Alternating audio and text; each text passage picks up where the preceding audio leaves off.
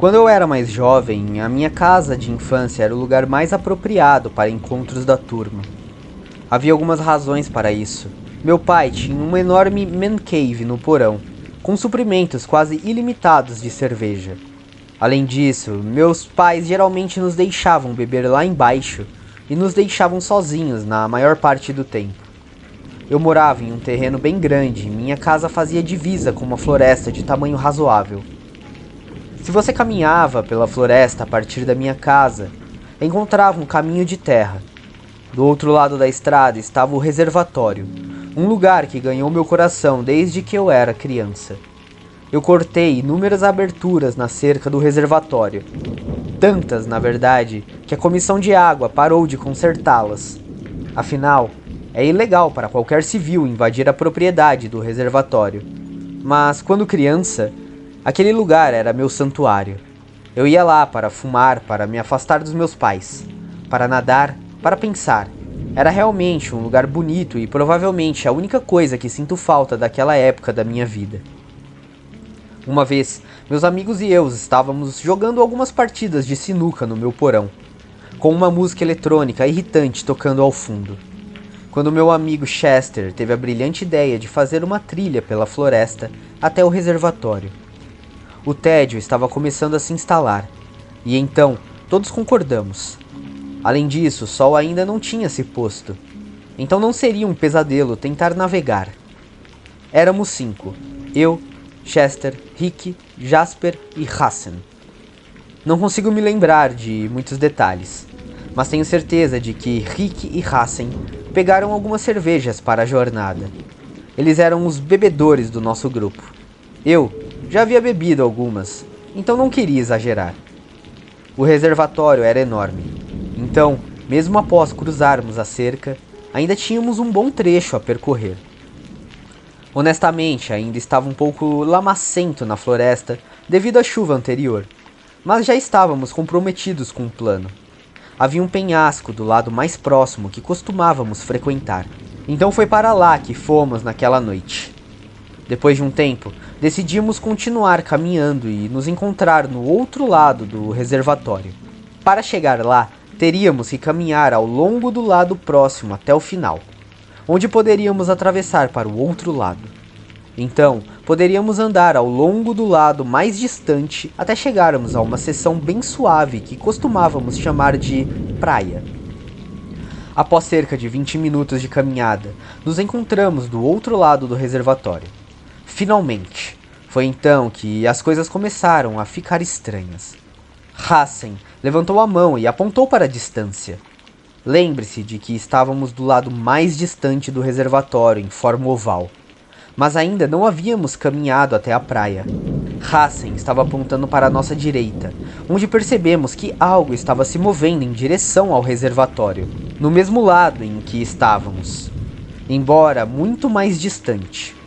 Os 5 de nós nos calamos e continuamos observando enquanto a figura escura lentamente se aproximava da água. Todos nós estávamos meio animados com isso, porque significava que poderíamos ter algum tipo de encontro, algo que geralmente esperávamos. Conforme a figura se aproximava da água e saía da floresta, percebemos que ela estava arrastando algo. Quanto mais se aproximava, mais podíamos ver. Eventualmente percebemos o que estava sendo arrastado. Um grande saco de lixo preto que, claramente, continha algo relativamente pesado, considerando a lentidão com que a pessoa se movia. Agora, não quero fazer suposições, mas houve alguns corpos encontrados naquele reservatório ao longo dos anos. Então, naquele momento, rapidamente, presumimos o pior. Não estávamos sorrindo ou mesmo conversando mais, apenas encarando silenciosamente a figura que arrastava o que supunhamos ser o corpo em direção à beira da água. Após chegar à água, ele se agachou sobre o saco por alguns minutos. Não conseguíamos realmente dizer exatamente o que ele estava fazendo de tão longe. Achamos que era uma boa hora para sair de lá, já que ele estava distraído. Antes que pudéssemos sair, porém, Chester avistou algo que nos parou em seco. 3 figuras emergiram da floresta, 2 arrastando sacos. A terceira figura estava carregando um caiaque sobre a cabeça. Honestamente, comecei a me sentir enjoado. Eu morava a apenas 10 minutos de uma das cidades mais violentas da América. Então, se isso era de alguma forma relacionado a gangues, faria muito sentido. O primeiro homem que notamos entrou no caiaque, enquanto os outros 3 ajudavam a carregar um dos sacos em seu colo. Ele remou até o meio do reservatório, e assistimos enquanto o saco de lixo desaparecia abaixo da superfície. Ele voltou para a costa e repetiu esse processo mais 2 vezes. E então, como uma cena de filme, meu telefone tocou. A melodia irritante cortou o silêncio como uma lâmina. E eu, nervoso, não consegui desligá-lo rápido o suficiente. Os 4 homens congelaram e se viraram para olhar em nossa direção. Foi então que nós corremos.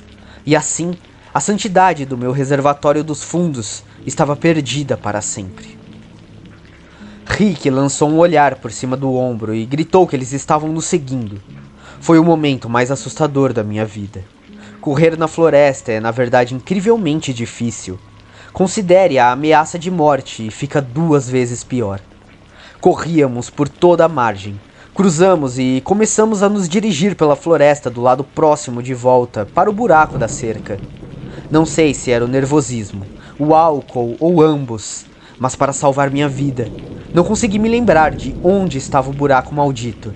Eu cheguei à cerca primeiro, com meus amigos logo atrás, e eles começaram a entrar em pânico quando viram que estava percorrendo a cerca sem rumo, buscando freneticamente um buraco que poderia estar em qualquer lugar.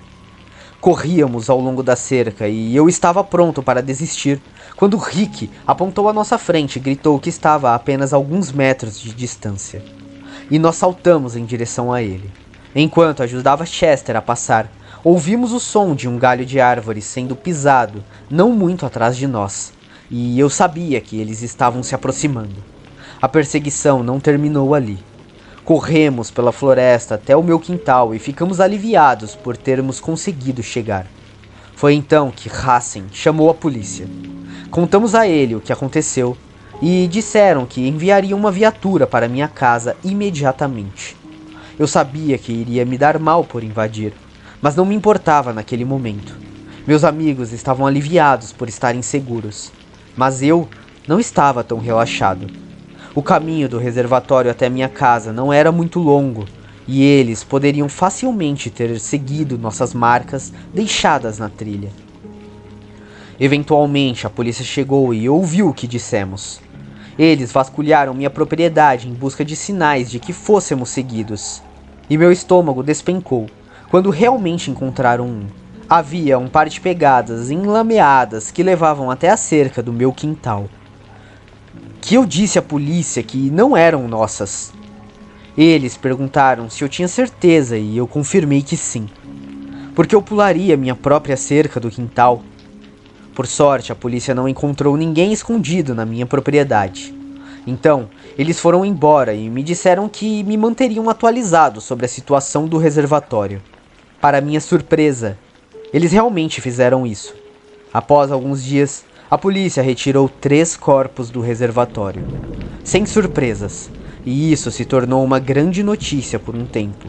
Meus pais e eu ficamos aterrorizados por um bom tempo, sabendo que alguns criminosos sabiam onde morávamos. Durante meses, minha mãe jurou ter visto pessoas na floresta à noite, e até alegou ter visto um flash de câmera certa noite. Este incidente foi, na verdade, uma das principais razões pelas quais nos mudamos daquela casa. Avançando para hoje, e até onde eu sei, a polícia nunca conseguiu encontrar qualquer tipo de conexão ou fazer prisões. A razão pela qual eu estou escrevendo sobre isso agora é porque recentemente encontrei um artigo de notícias deprimente sobre um adolescente que se afogou naquele reservatório, o que trouxe todas essas memórias de volta. Aquele lugar definitivamente é amaldiçoado.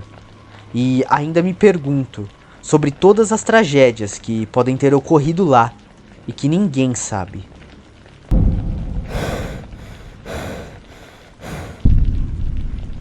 Não vou me chamar de expert em trilhas, mas tenho apreciado avidamente a atividade por algumas décadas. Já percorri todas as principais trilhas dos Estados Unidos e visitei mais de 75% dos parques nacionais deste lindo país. Por isso, tive que encontrar novas maneiras de me entusiasmar. Recentemente, peguei um novo hobby: vasculhar o Google Maps em busca de florestas pouco conhecidas e explorá-las. É um ponto fora do convencional, mas acho que a emoção a mais vale o risco de me perder. Ou pelo menos achava isso. Carrego um pacote de adesivos para marcar rotas que coloco periodicamente em árvores, para não esquecer o caminho de volta. Ao passar por cada um deles, eu arranco das árvores, para não deixar lixo para trás. Fico surpreso que mais pessoas não tenham se dado conta desse truque. Ele torna quase impossível se perder em uma floresta. De qualquer forma, havia uma tarefa um pouco mais assustadora à minha frente desta vez. Decidi explorar a Dudleytown Forest, em Connecticut, o que, com certeza, faria qualquer pessoa normal hesitar. Se você não sabe, toda a cidade foi abandonada desde os anos de 1800. E há todo tipo de relatos estranhos sobre coisas estranhas e por aí vai. Você deveria fazer uma pequena pesquisa sobre o lugar, se estiver interessado nesse tipo de coisa. Eu não estou. Não sou supersticioso e não acredito nas histórias de fantasmas. Tecnicamente, essa floresta é proibida ao público, mas isso não me impediu antes. Para mim, estava basicamente garantindo que não encontraria ninguém naquela mata, que geralmente é o que eu busco. Também sou do Novo Inglês, então a viagem não foi tão ruim. Entrei na floresta por volta do meio-dia, para garantir que o sol não se pusesse antes de eu terminar a trilha. Minha primeira impressão da floresta foi, honestamente, bem estranha. Ouvi que lá dentro era completamente silencioso, e fiquei surpreso ao descobrir que realmente era. Você não percebe ou aprecia todos os sons da floresta até que eles não estejam mais lá. Imagine fechar os olhos em uma sala silenciosa e só conseguir ouvir sua própria respiração. Foi assim que me senti. Para ser completamente honesto, esse fenômeno de silêncio não era algo desconhecido para mim. Já estive em florestas desprovidas de animais antes. Continuei caminhando, colocando meus adesivos à medida que ia, tentando afastar a sensação de inquietude que a floresta estava me causando. Continuei pensando que eventualmente encontraria um animal ou, pelo menos, alguma indicação de que havia vida ali. Mas não tive essa sorte. Depois de um tempo, eu estava honestamente esperando encontrar uma pessoa. Até isso, de tão desconfortável que estava. Mas logo o silêncio da floresta deixou de incomodar tanto. Pela primeira vez desde que pisei naquela floresta, me senti calmo. Porém, essa sensação não durou muito. Do nada, percebi um som que trouxe de volta a inquietação. Era um tipo de som de lamento, como se fosse um animal ferido. Essa é a melhor maneira de descrever. Até hoje, ainda tenho dificuldade em descrever exatamente. Era especialmente assustador, pois era o único som em toda a maldita floresta. Parei e escutei, tentando descobrir o que poderia ser. Nunca havia ouvido nada parecido. Havia uma chance de que fosse um assobio do vento. Mas não havia vento, então isso não fazia sentido. Concluí que era provavelmente um animal ferido, mesmo sabendo que provavelmente não era. Afastei-me até que o som desaparecesse. Você deve estar se perguntando por que eu não simplesmente voltei e fui embora. Eu gostaria de ter uma resposta para esta pergunta. Disse a mim mesmo que se mais uma coisa estranha acontecesse, seria o fim para mim. Enquanto caminhava, comecei a pensar como um animal poderia se ferir em uma floresta como essa. Havia alguém caçando ali? Não havia como eu ter perdido um tiro. Talvez o caçador tivesse atirado antes de eu chegar. Talvez ele tenha se esquecido de acabar com a miséria do animal. Alguém realmente faria isso? Era difícil imaginar. Todos esses pensamentos e mais estavam passando pela minha cabeça quando encontrei algo em uma árvore bem na minha frente. Havia, honestamente, marcas. Sei que sou clichê, mas estou falando sério. As marcas eram em símbolos e não pareciam letras. Eram apenas cortes aleatórios e pedaços de casca de árvore faltando. Comecei a olhar ao redor e vi que várias das árvores vizinhas estavam cobertas com as mesmas marcas. Foi isso para mim. Sem pensar duas vezes, virei-me e comecei a voltar, descolando meus marcadores das trilhas enquanto passava por eles. Sou uma pessoa curiosa por natureza e até eu estava pensando que se dane. Segui meus marcadores por um tempo antes de ver algo à distância que não havia visto antes. Havia o que parecia ser um covil de urso à frente, ou pelo menos uma caverna de algum tipo. Parei de andar, confuso. Conheço a mim mesmo. Havia 0% de chance de eu ter perdido algo como um covil de urso. Então, me dei conta. Meus marcadores de trilha deveriam estar na altura dos ombros, não na altura da cintura. Meu sangue gelou. Virei-me e comecei a correr de volta pelo caminho que havia vindo, olhando constantemente por cima do ombro. Como pude ser tão desatento? Alguém havia movido meus adesivos na tentativa de me atrair para aquela caverna. Mas como era realmente possível que alguém estivesse me seguindo todo esse tempo? Não tinha tempo para pensar em tudo isso. Estava focado em sair daquela floresta. O problema era que eu não tinha ideia de para onde estava indo. Sem aqueles marcadores de trilha, estava praticamente perdido. Continuei correndo sem nem tentar ser silencioso. Seria inútil de qualquer forma. A floresta estava morta em silêncio, exceto pelos sons que eu fazia. Parei para recuperar o fôlego e tirei meu telefone do bolso, rezando por um sinal. Por um milagre, consegui pegar uma barra de sinal.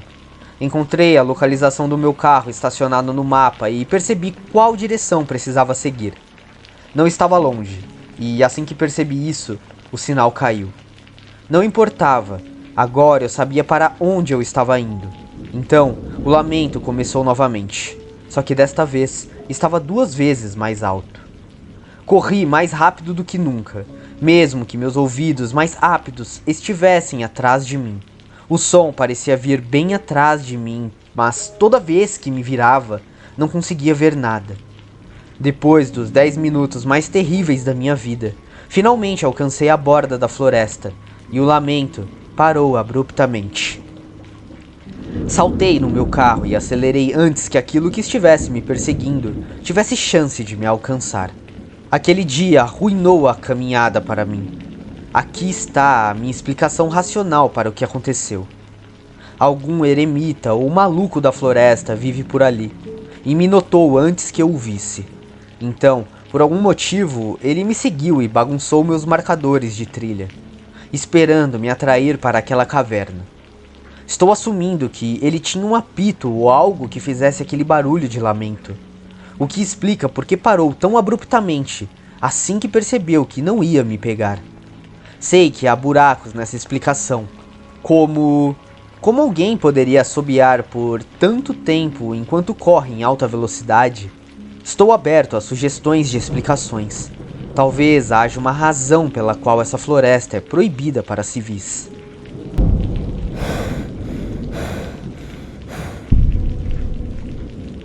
Eu tinha uma amiga muito próxima que era uma entusiasta de caminhadas.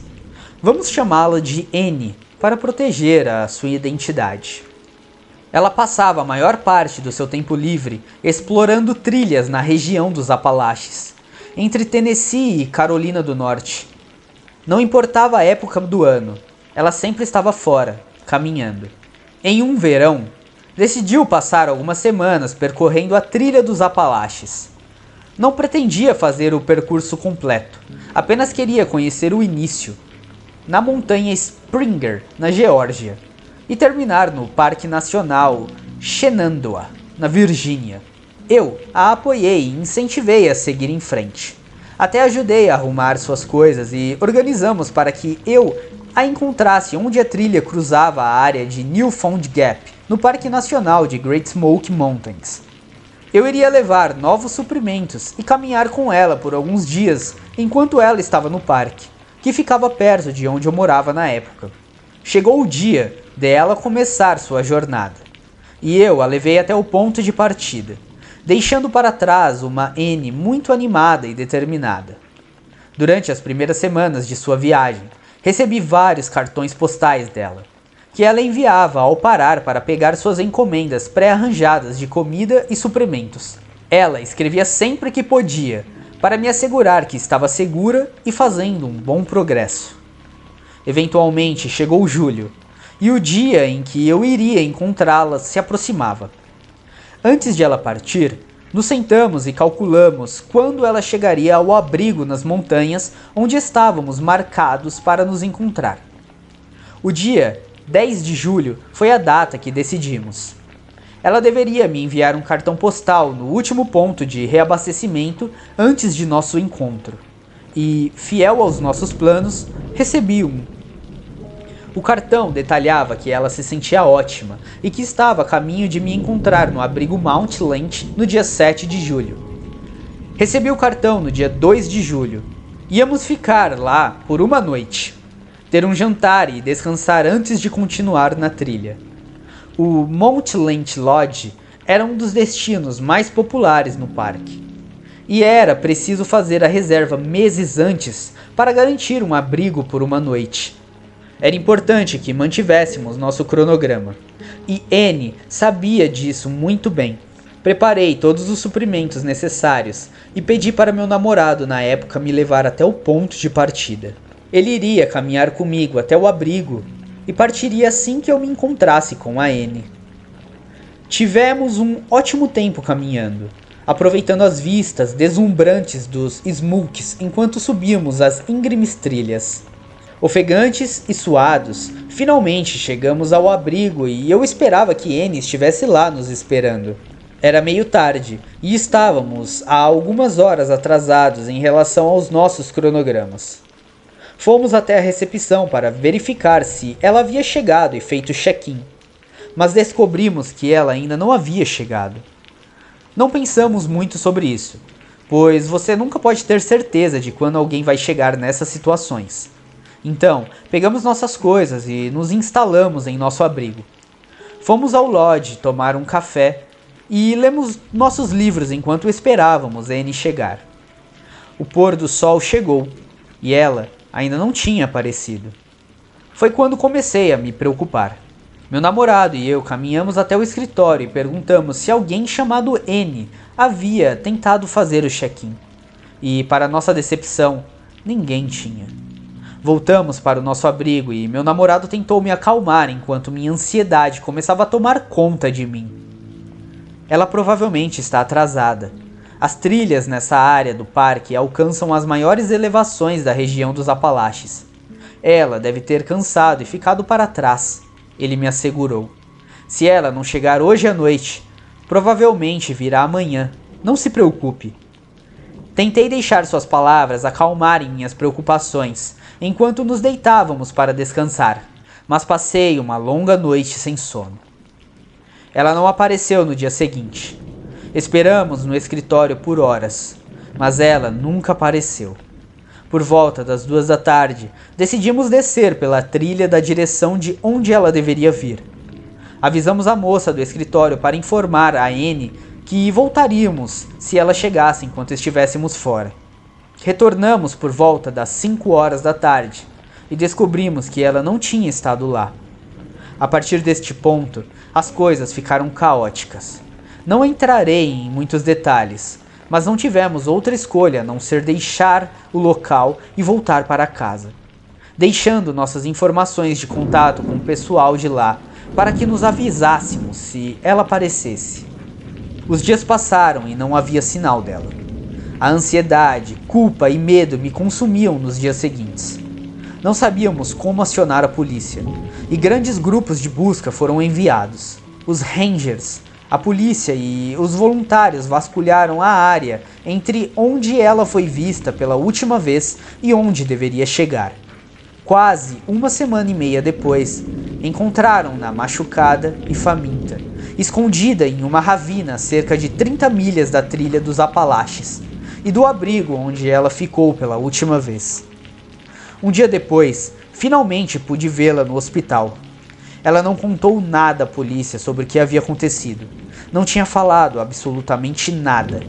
Na verdade, levou alguns anos para que ela me contasse o que realmente aconteceu, incluindo os detalhes que não havia compartilhado com a polícia.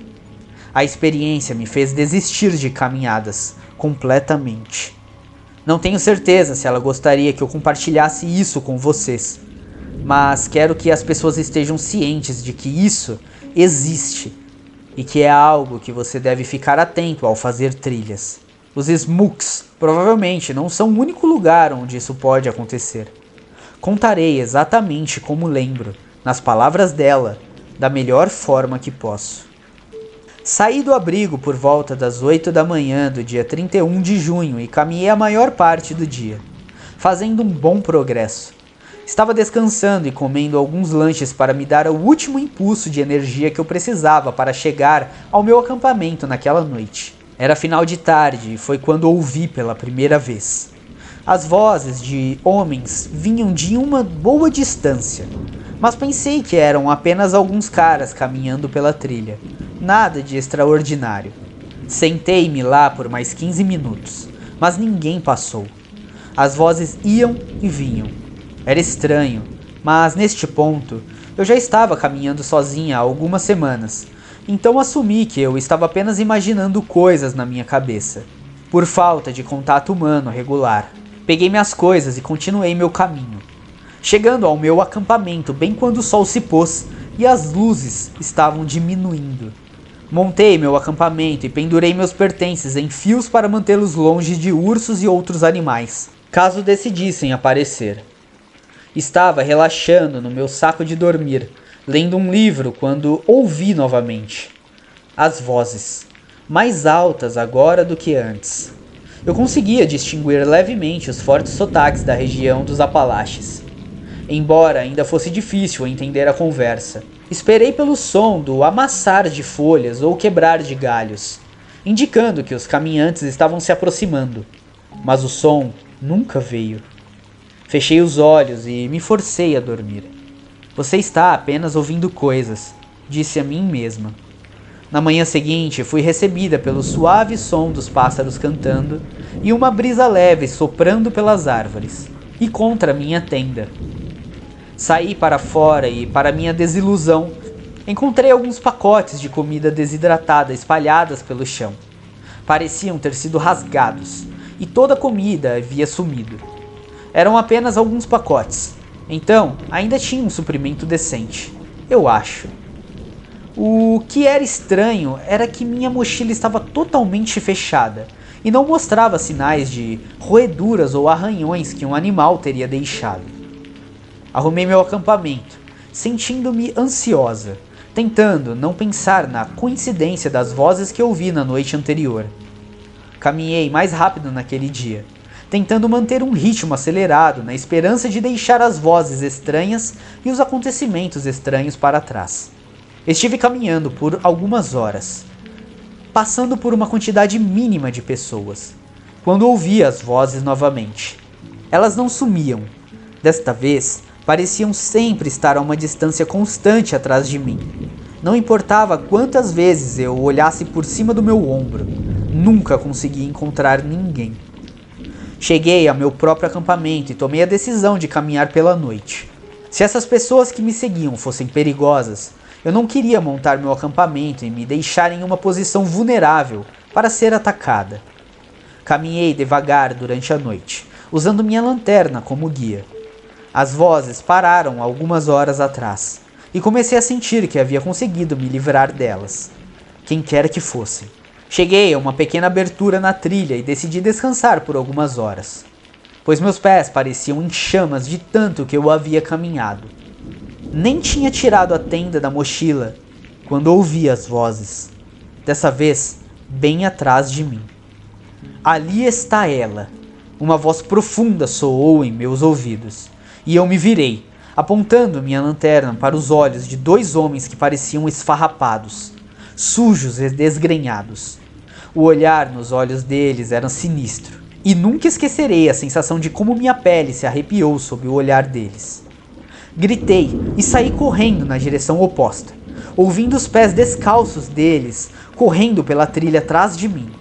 Quando estive longe o suficiente sobre uma colina, saí da trilha e corri o mais rápido que pude através da vegetação e das árvores. A escuridão estava se dissipando, então consegui me mover mais facilmente do que se ainda estivesse completamente escuro. Nas 2 semanas seguintes, me escondi na floresta, esquivando-me das vozes que me cercavam e me escondendo em arbustos.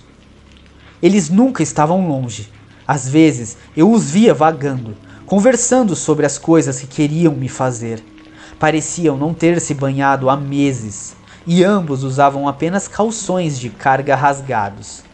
Seus cabelos eram longos e seus corpos estavam cobertos de lama. Sabia que ninguém me procuraria por pelo menos mais 1 semana, pois ninguém esperava por mim até 7 de julho.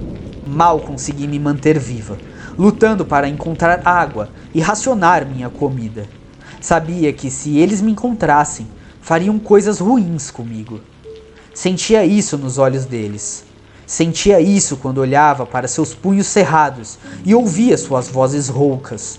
Eventualmente, um guarda do parque e um grupo de voluntários me encontraram. Algumas semanas após voltar para casa e sair do hospital, fiz algumas pesquisas e descobri que havia pessoas que se escondiam nas montanhas para escapar da lei, vivendo lá para evitar a prisão pelos crimes que cometeram. Haviam pessoas que haviam assassinado e violado outros de muitas formas, de maneiras que poderiam resultar em prisão perpétua ou até mesmo em penas de morte. Eles são chamados de homens selvagens. Depois de ouvir sua história, não tenho caminhado muito. Eles não podem ser os únicos por aí. Se você for caminhar em áreas remotas nas montanhas, tenha certeza de olhar para trás, porque os homens selvagens estão sempre à espreita. Bem, é isso. Se vocês gostaram das histórias, por favor, deixem seu like e comentem algo. Isso ajuda o canal a ser recomendado para mais pessoas e valoriza demais o meu trabalho por aqui. Se não for inscrito, se inscreva e considere se tornar membro para me ajudar ainda mais nessa nova fase, narrando todas as histórias. Se você tiver algum relato e quiser que eu narre por aqui, me envie no meu e-mail que eu vou deixar na descrição. Muito obrigado e até a próxima.